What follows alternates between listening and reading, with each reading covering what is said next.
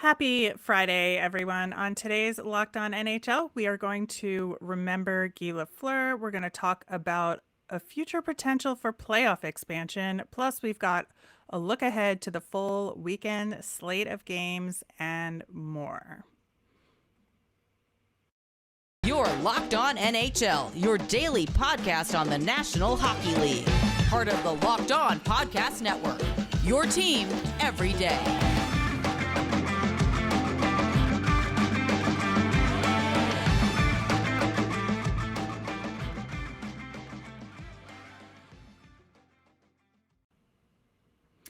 Welcome to the Friday edition of Locked On NHL. I'm Rachel Donner from Locked On Flyers. I'm on Twitter at rmiriam. I'm here as always on Fridays with Gil Martin of Locked On Islanders. You can find him on Twitter at IceWarsNYI_VSNYR. Thanks for making Locked On NHL your first listen every day. We are free and available on all your favorite podcasting platforms and over on YouTube.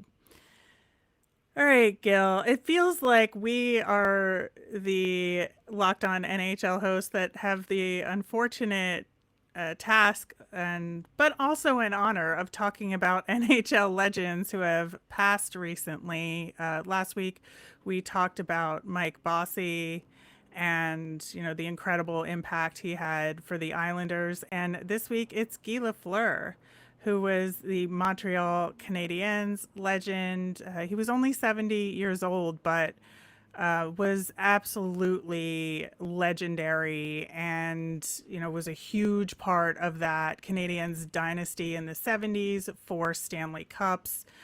He himself had 6 seasons with at least 50 goals and 100 points, award-winning, you name it, he did it.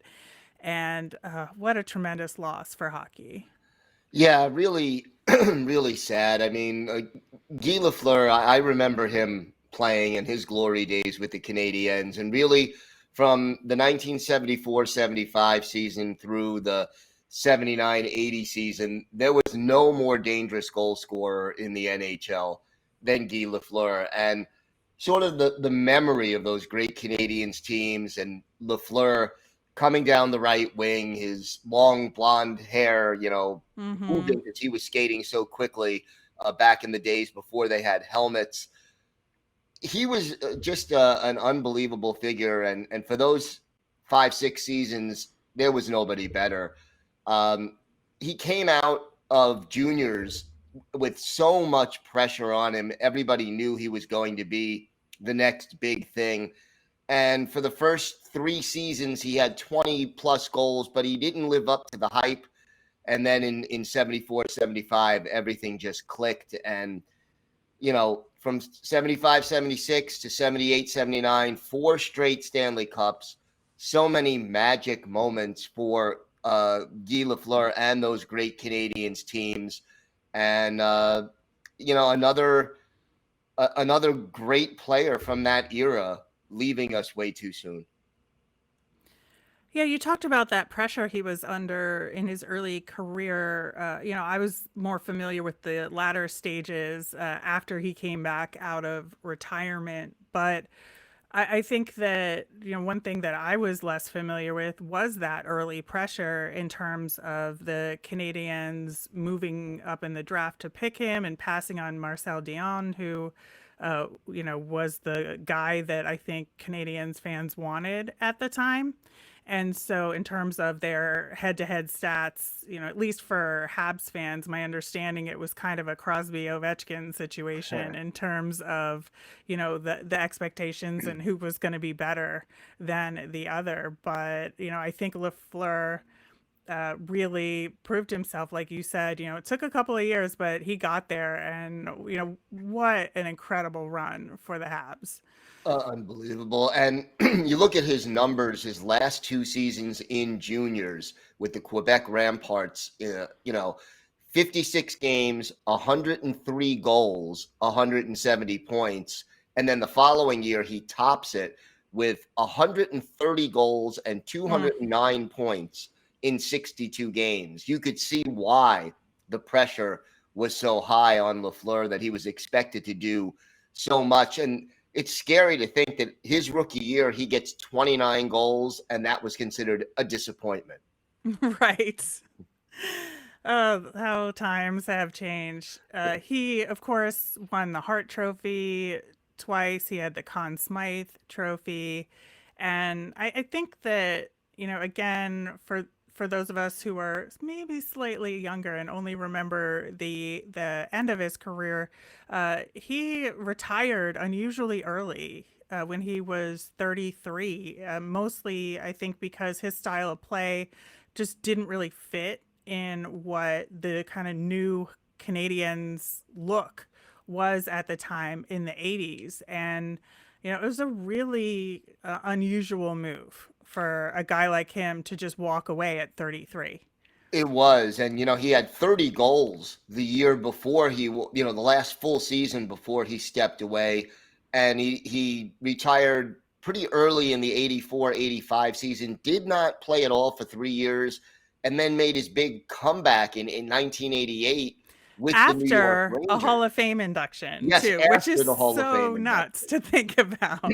Yeah, and the Rangers brought him in, and he did respectably, 18 goals in 67 games. Followed that up with 2 seasons with the Quebec Nordique, which was ironic given the rivalry back then Hmm. between Montreal and Quebec on the ice. And and yet, while he wasn't the 50-goal scorer anymore, he was still a respectable player in his time with the Rangers and the Nordique. And yeah, I mean, wow, between Mike Bossy last week and Guy Lafleur this show now, I mean, so many great memories, so many great goals, and really two players who from 1976 to 1983, those two teams were the only teams that won a Stanley Cup in 8 years. And these two guys were the best goal scorers on those two respective dynasties. And we haven't seen a team win 3 or 4 cups in a row since the Canadian dynasty, followed by the Islanders dynasty. Yeah. One thing that I always found fascinating was with Marc-Andre Fleury, allowing him to use the Flower nickname always seemed like a little off to me at the Yeah. beginning, but now I kind of appreciate it, that it's a really cool nickname. Obviously, it's related to their French names, and I think, it's a worthy nickname to be passed along.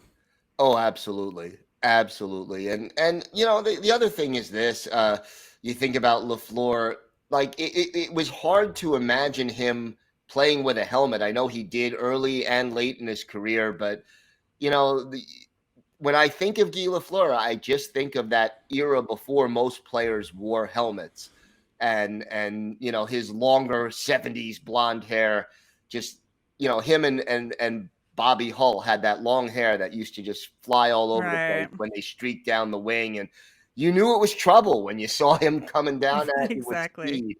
So just reminds me of that era, and Guy Lafleur just personified that era for a lot of people. He really did.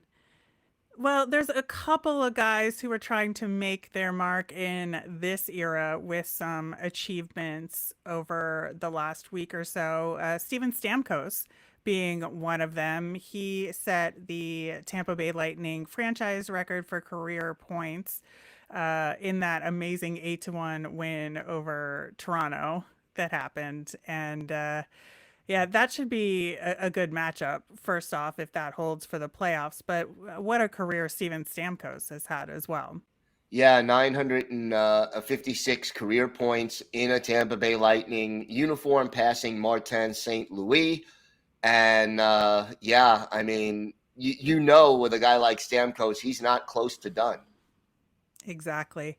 And then we talked in a recent show about players hitting that 100-point mark, and how prolific this season has been. We haven't seen anything like this since 2007, 2008. Matthew Tkachuk joined that century club, and he is one of the first Calgary players to do it in forever, I think, since Iginla. So This has been an incredible season for scoring overall. We've got some, traditional guys in the mix. We've got new guys in the mix, and it's just been a really exciting season of players making their mark on this game. Yeah, it's been exciting, and now you have Kachuk and Johnny Gaudreau both going over 100 points for the Flames. Only the fourth time in franchise history, going all the way back to their time in Atlanta, that they've been able to do that. And yeah, and the Flames clinching a division title and being got to be excited for their possibilities in the playoffs. Exactly. Well, speaking of the playoffs, we've got some updates on the current playoff situation for you, as well as the age old should we expand the playoffs discussion coming up next.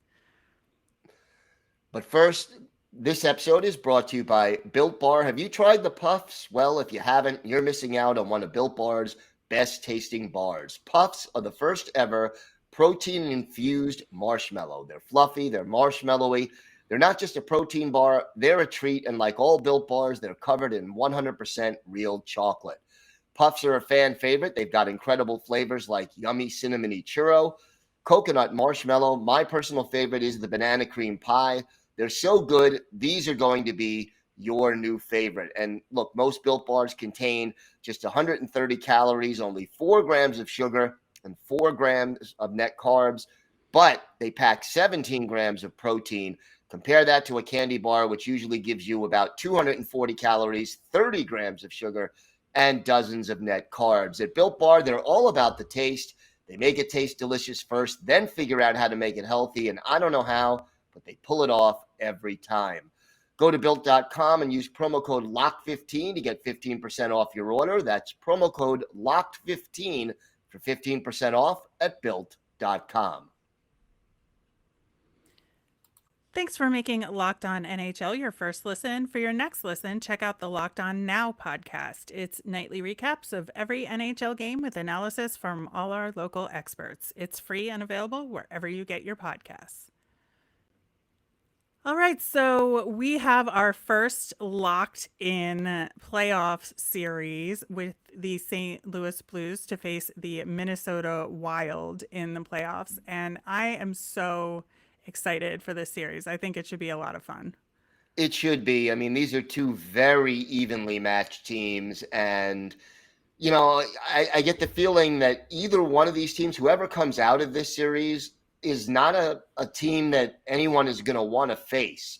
And they'll also be battle tested because it's going to be a really competitive series. This is the third time these two teams have met in the playoffs. They split the first two series. And I mean, I'm excited. Now we finally have a series that's definite, locked in, and it should be a real good one. The other bit of updates on that front, we have divisional clinches for the Florida Panthers and Calgary Flames. And man, the Florida Panthers are on such a tremendous run right now. And you have to wonder, like, are they peaking slightly too early, or is this the exact right moment? Yeah, 12 wins in a row, very impressive. It's just hard to believe that they're playing at such a high level. They are capable of playing like this, but you don't want to peak too soon. And you want to, I guess, you don't want to take your foot off the gas. You want to keep it going, but you don't want to, use up all your energy on these last few games that don't have a lot of meaning. So, there's always something when it comes to getting ready for the playoffs. And the Right. weird thing is, if a team is successful in the playoffs, they look back and say, oh, yeah, they did the right thing, regardless of what that is. And then if they don't win in the playoffs, oh, they peaked too soon. Oh, they did, they tried too hard to win the division or win the President's Trophy. And I don't know. Right now, if you're a Florida Panthers fan, just enjoy this ride and hope that the team can continue to play at this high a level. Exactly.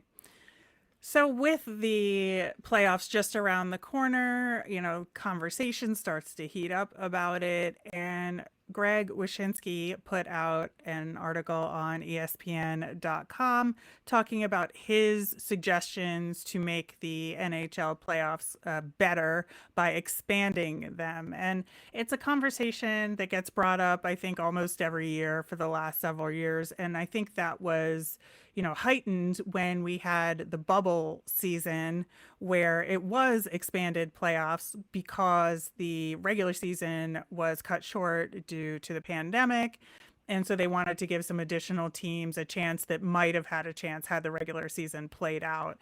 And so there were some, play-in rounds there, shortened play-in rounds, and people thought it was fun. But then at the end, and the NHL said, nope, we're just going to go back to the way it was before. And so that was kind of tabled for the time being. But of course, people remember that. And the fact that we are now up to a 32 team league. And so, as is just natural via the math, the percentage of teams in the league making the playoffs has steadily decreased over the last couple of decades. And we're now at officially 50% of the teams making the playoffs. And so people are like, oh, maybe more than 50% should be in the playoffs. And I think so. Greg's suggestion in his article was to expand it to 20 teams, and you have a play-in round with the 7 to 10 seeds, with the kind of double elimination method where you have the 7 and 8 seed play a game, and then the winner automatically gets the bid. The loser then plays the winner of the 9-10 game, so that 8 seed gets 2 chances to make the playoffs when everybody else just gets one.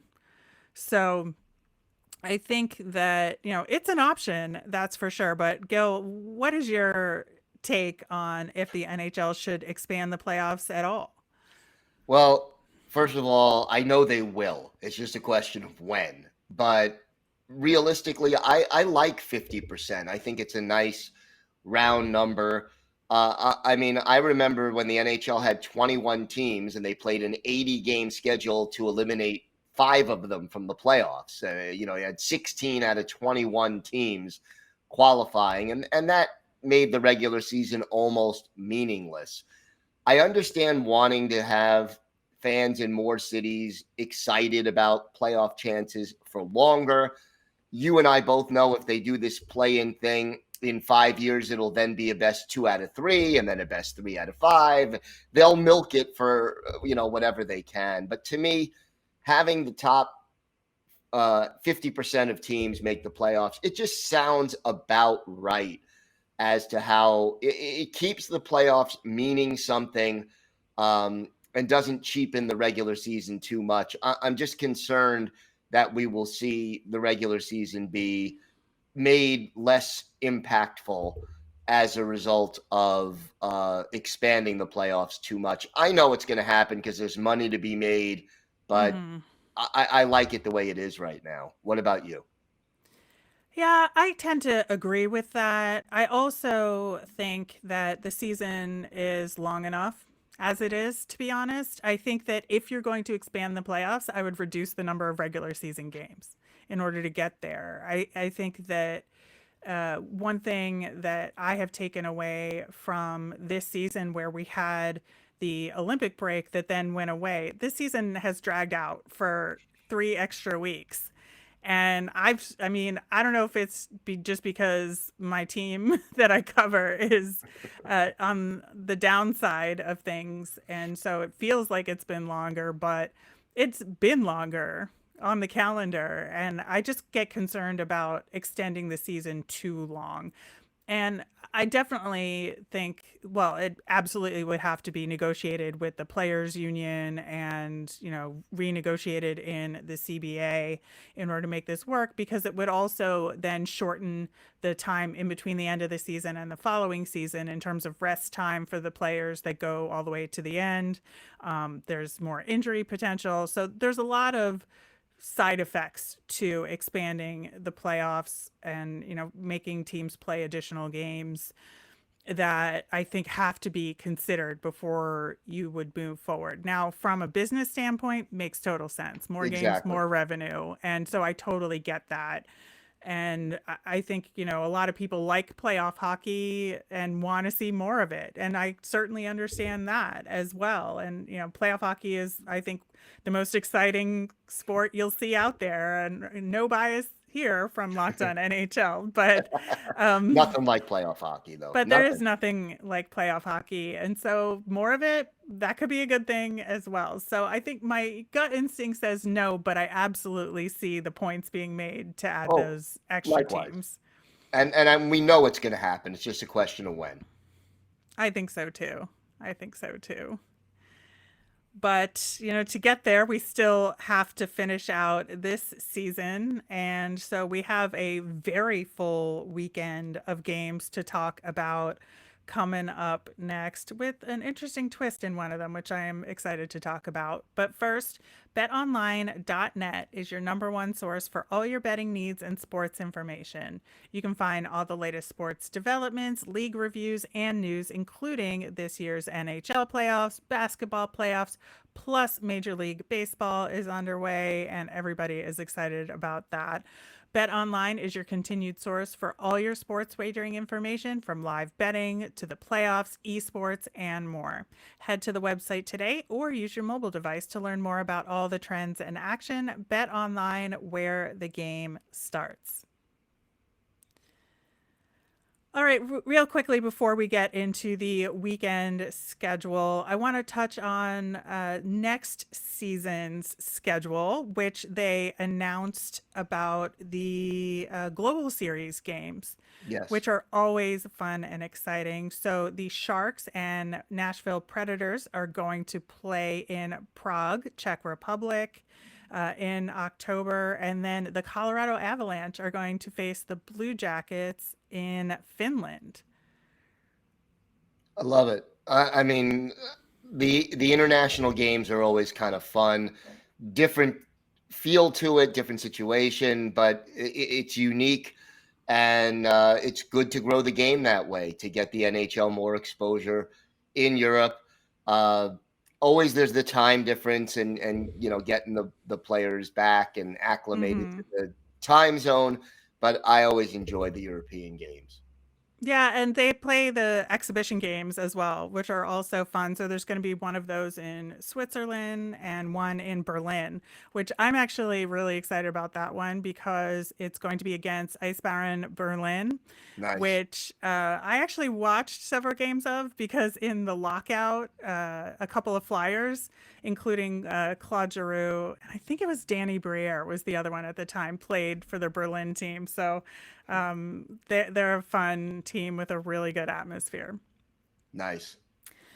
All right, heading into the, I guess, second to last weekend of regular season games this season. Can't believe it. Friday is a little bit of a lighter schedule. I think the big matchup for that day is Colorado versus Edmonton. Yeah, and two teams that don't necessarily like each other all that much, and the Avalanche just trying to lock up President's Trophy and finish strong with momentum. Edmonton kind of more, fighting for positioning, but I like this potential for a lot of goals in this game. Let's put it that way. Yeah, definitely. I think on Saturday, the game that I'm interested to watch may not be the most high profile game in terms of the matchup, but for the Detroit Red Wings versus Pittsburgh Penguins game on NHL Network, they're doing a slightly different kind of broadcast where it won't be a traditional play by play and color commentary. They have four people, so it's your usual lineup over there of EJ Hradek, Jackie Redmond, Mike Rupp, and Kevin Weeks. And they're just going to do a more of a free flowing commentary and analysis discussion while the game is going on. And I love that idea of having, a different way to approach broadcasting the game and a different way of experiencing it from a commentary and analysis perspective. It'll be interesting. And I even though the Islanders are playing the Sabres, then in between periods or during commercials, I'll try to at least listen and watch a few minutes of it just to check it out.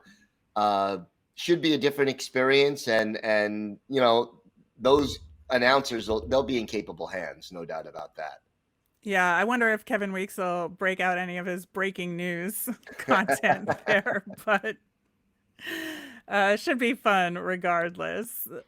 The rest of the games that day are a lot of fun too. We have Rangers at Boston, Nashville at Tampa, Toronto at Florida, Vancouver at Calgary. I mean, lots of really great hockey. That Vancouver at Calgary game should be interesting because as of now, Vegas and Vancouver are the only teams out of the playoff picture in the league that still have a shot at it.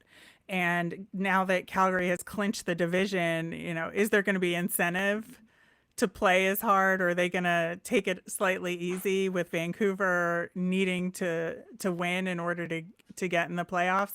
I am very curious about that one. Yeah, it'll be interesting to see, and yeah, I'm sure Calgary wouldn't mind, knocking Vancouver out. So we'll see Absolutely. how that goes. And then you've also got, the Battle of LA later on that night, Anaheim and LA, the Battle of Southern California.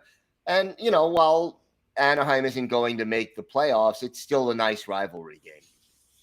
Exactly.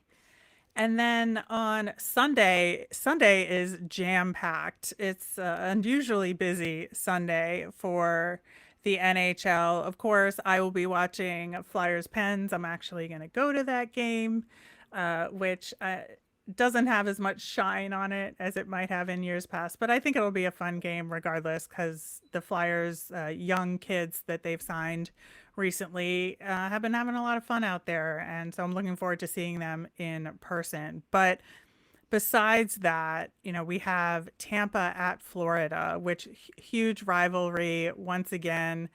I think that with Florida winning the division, I think Tampa is going to have a little bit of an edge to them. And we saw what they just did to Toronto. So I think Mm-hmm. they're in good shape right now.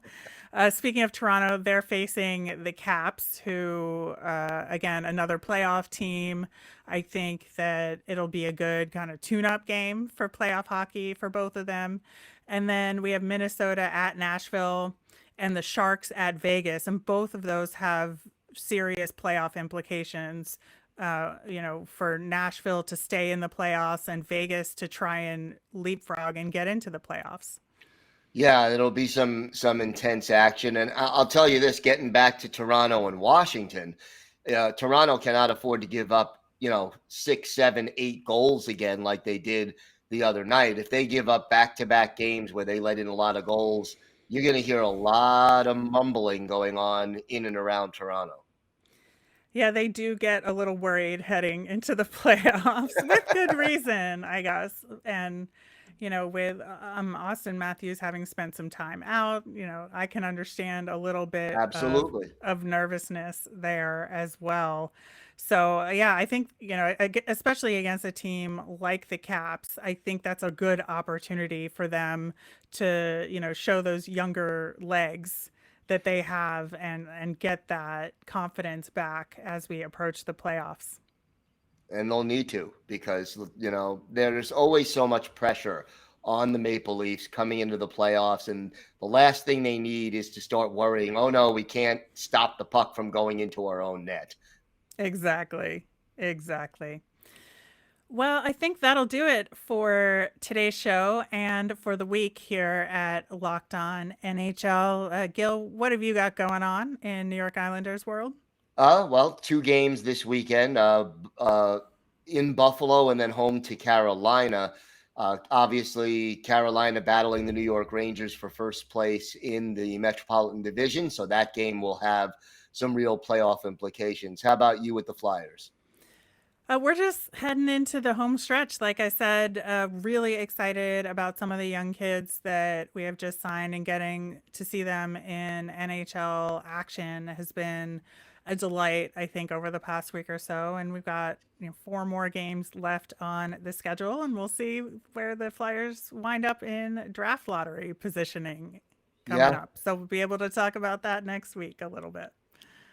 We will know all those things by next week, so that'll We be good. should.